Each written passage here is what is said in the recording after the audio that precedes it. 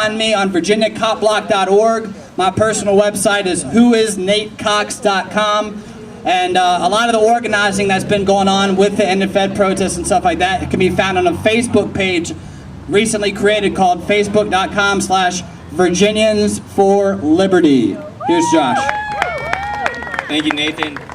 We just have me up here so the rest of you know that I'm really terrible at speaking publicly, so you're not as afraid to do it. So that's why I'm up here. I heard the last guy say, Mr. Hendrick, he did a really great job, as all the other speakers, about how these guys, you know, they really believe in the system that they use against us, and, you know, they believe in it because it works. Because if your goal is to oppress humanity and to have the wealth and energetic product of the people go to a very few hands, like, it works very well. So it's not like they're stupid or anything or confused.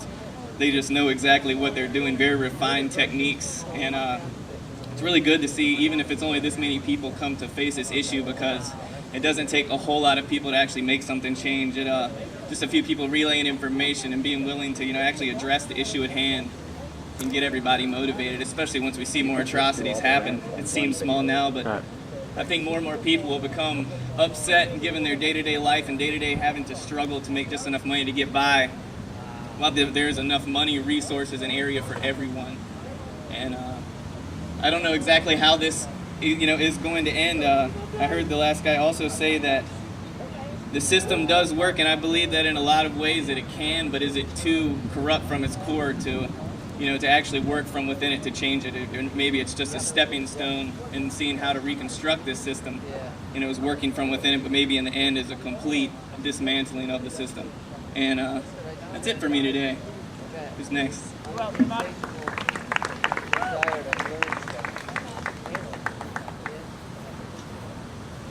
Hi. Hey, my name is Matt. Sorry. Okay, so I know it pisses me off when you see people go to jail or have to pay some ridiculous fine for a completely victimless crime, and meanwhile these people are over here counterfeiting and screwing us all over into a hole. Yeah. That's a real crime, not what I know you all know I'm talking about. You know, Milton Friedman said that only the government could ever take perfectly good paper, perfectly good ink, and make the combination worthless. That's exactly what they're doing too. And even if hypothetically, ridiculously, if this was a brilliant system we had going here, the fact of the matter is the Constitution says absolutely nothing about a centralized bank. So for that reason alone, audit the Fed and the Fed. Yeah. Now the Communist Manifesto, that says a bit about the centralized bank, but not the Constitution, that's for sure. I want to give a little bit of my 18-year-old 2 cents too, because I don't get this opportunity too often. And actually, the fact that I'm even here at this whole rally is a pretty good statement as to just how blatantly obvious the corruption of the Federal Reserve is, because if it wasn't right in my face, I wouldn't be here to speak out against it. But people need to, or all of you, everyone, should practice rights they have, even if they don't absolutely have to. Like I saw this guy, someone here open carrying his gun, and there's absolutely no reason for him to be doing that, but he did it anyway, and that's awesome. More people need to do that. Also, stop telling people it's rude to talk about politics. We got to talk about this stuff. We really do. That's important. And possibly most practical right now, most importantly right now at this moment, the lesser of two evils is still evil. Don't vote for evil, please.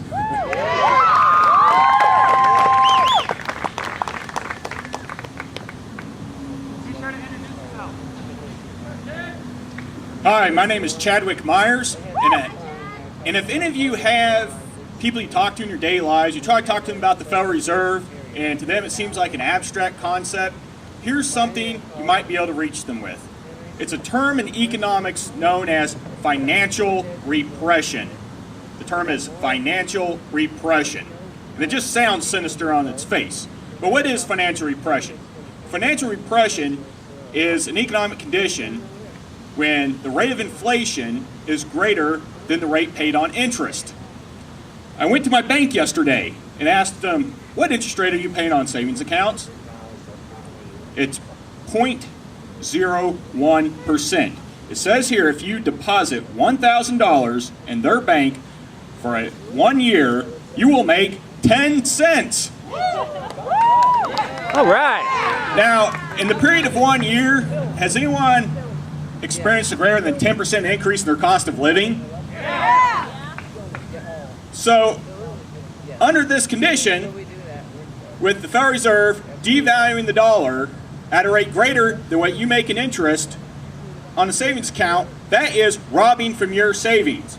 People like my grandparents who grew up during the Great Depression learned to work hard and save.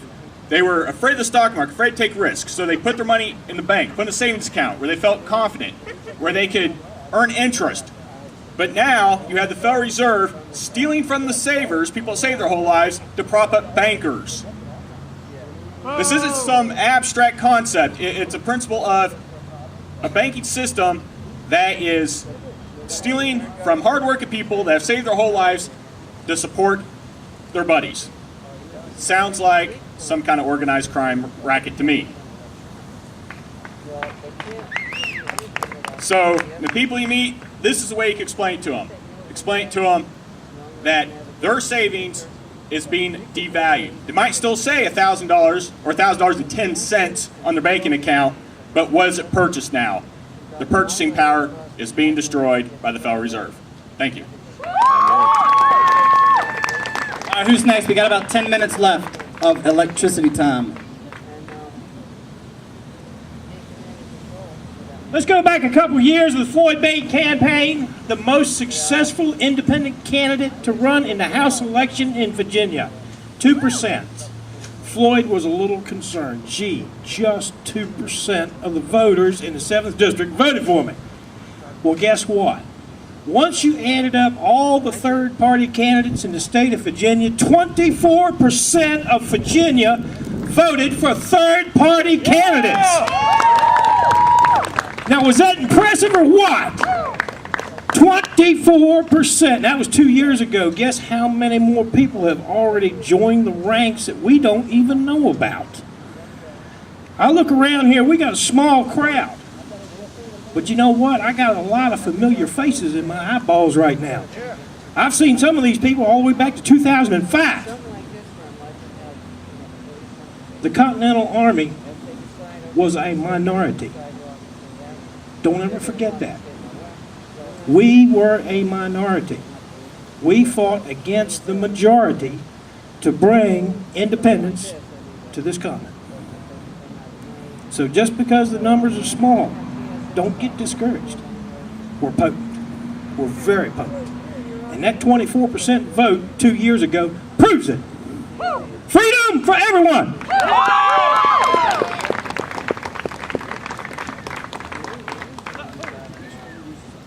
Hello, I'm John Rooney, CutDC.com. Also organizer of the Tri-Cities Liberty Alliance. We're holding up the flag of liberty down in Colonial Heights, Petersburg, Hopewell area. I told my group the other day, I said, hey, you know, we ought to go up there to that end the Fed rally because you're going to find the cream of the crop of liberty activists in Central Virginia there. And I really believe that. And I want to encourage you with something. How would you like to take the information, the knowledge that you have about the Federal Reserve, about the financial system, and let's say write an article and send it out to 10,000 people? How would you like to do that? Maybe you got 1,000, 2,000 people to read it, maybe 5,000. Or how about if 50,000 of these leaflets were sent out and you didn't have to send them out? How would you like to do that?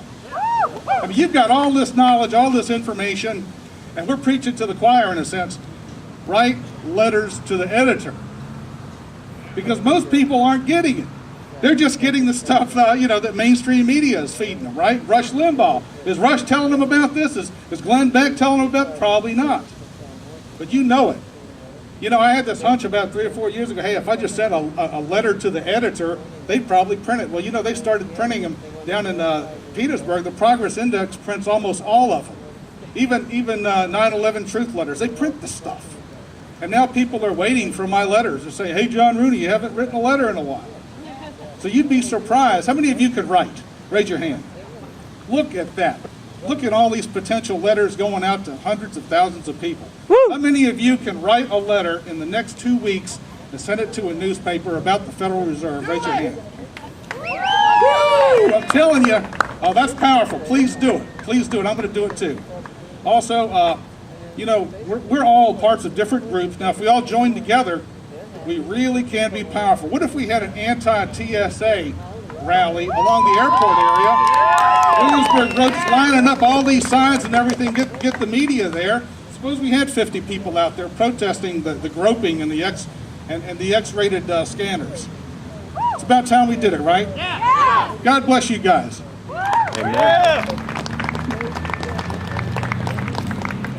Hello, thank you. I'm Tyler Lloyd. I'm 22, and Bain was the first guy I ever voted for. Registered for it and everything, just when I heard he was on the ballot.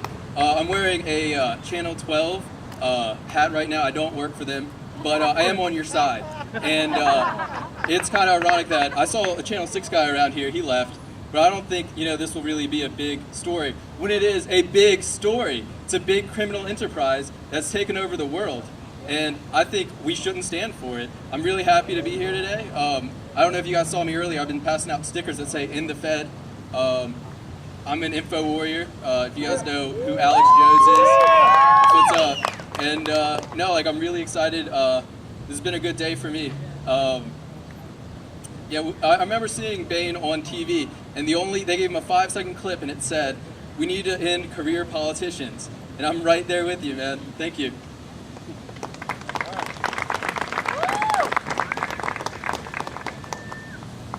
We're gonna have to wrap it up after Katie. So my name is Katie Wood, and I have no idea what I'm really going to say.